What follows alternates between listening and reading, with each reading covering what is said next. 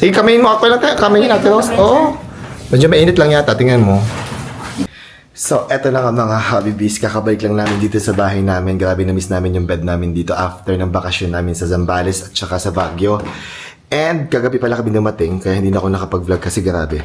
Sobrang pagod na pagod kami sa biyahe. Pero excited ako today na magluto kasi marami akong biniling gulay sa Baguio. Alam niyo naman pagdating sa Baguio, hindi pwedeng hindi ka uuwi nang wala kang binibili mga fresh na gulay. Good morning, Ate Rose. Good morning po, sir. Hindi mo ba kami na-miss? Charis. Namili ako ng mga gulay, nakita niyo? Opo, nilagay ko na sa ref, sir. Ang pinaka-favorite ko dyan yung ating natikman mo na ba yung French beans?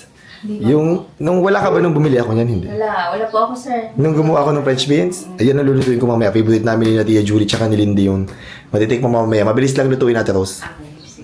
Nagluto po pala si ate ng gulay, sir. Ayan, nagluto si Tia Julie ng gulay din. Kasi ngayon, mahilig na kami ni Happy David sa gulay. Diba? Bawas kami ng karne ngayon.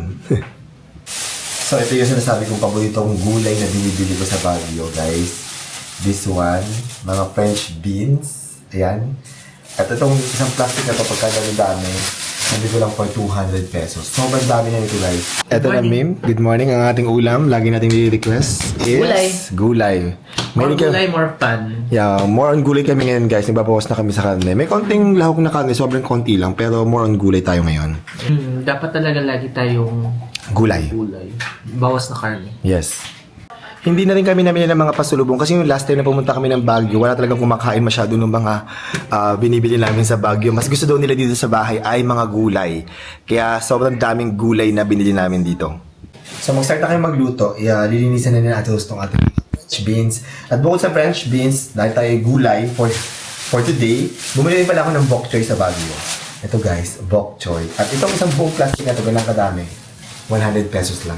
At bukod dyan sa French beans at saka bok choy, mayroon din kami yung sayote, pero ito libre lang. Sobrang dami. Siguro mga mga 30 piraso o mga 25 na piraso na sayote. Galing ito sa tiyo ni Bob. Kasi yung tito ni Bob is taga Baguio. Binigyan kami ng isang kahon ng sayote. Tapos si Bob nag-share sa amin. Diba? Maraming salamat po.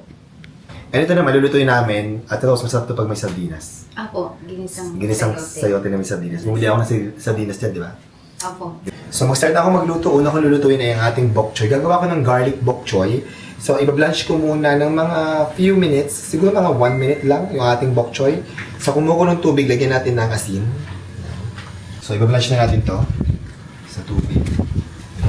Mabilis lang, guys. And after 1 minute ito, tanggalin natin siya.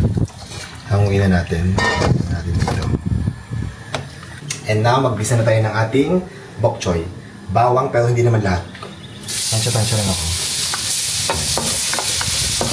Lagyan natin ng oyster sauce. Tansya-tansya lang. Soy sauce. Siyempre, select soy sauce. Tansya lang din. Sesame oil. Salt. Tsaka sugar. Tansya-tansya lang. Saluin lang natin. And now, itos na natin ang ating bok choy. Yan. Imimix lang natin. Imimix lang natin dyan at itos lang natin yung ating bok choy bago natin i-plate. So, naahon na natin ang ating mga bok choy. Yun natin lang sa baba. Palabutin natin. Lagyan natin ng slurry. Palabutin lang natin ng quick. Very quick. And ayun, wala pang 1 minuto. Malapot na siya. Pwede na yan. At ito na ang ating garlic bok choy. Next ko naman lulutuin, French beans. Mag-start tayo magluto ng ating French beans. Una natin gagawin, ipiprito lang natin to for about mga 45 seconds. Basta less than a minute. So, nagpahit na ako ng mantika dito. And then what we will do is, kailangan dahan-dahan baka mapasok na naman ako. Ipiprito lang natin yan. Mabilis lang. Nasa lasisik na po. Tumatalstik.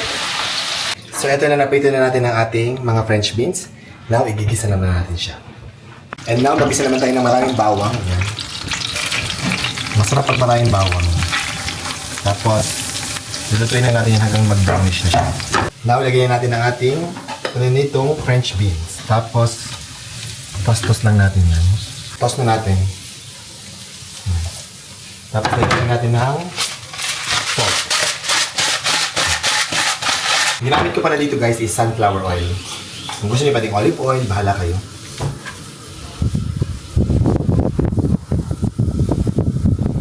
At eto na, ang ating gulay for today. Mayroon tayong French beans, garlic French beans, at saka garlic bok choy. O, ito si Kuno tumikim kasi hindi ka pa nakatikim nitong French beans ko. Si Lini natikman na yan, tsaka si Tia Julie.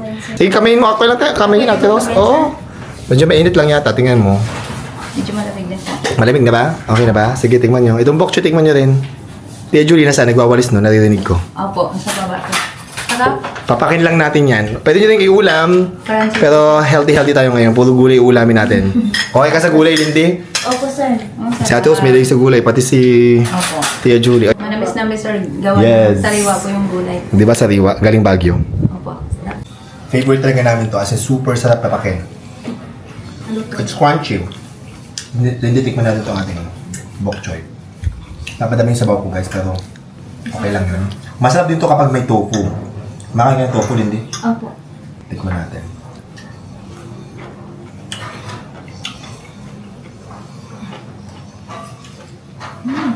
Sarap. Masarap, crunchy. Tia Julie, kain na. Tinikman na namin. Ubusin natin to. Mamaya pa nagutom, magluto na lang ulit tayo, ha?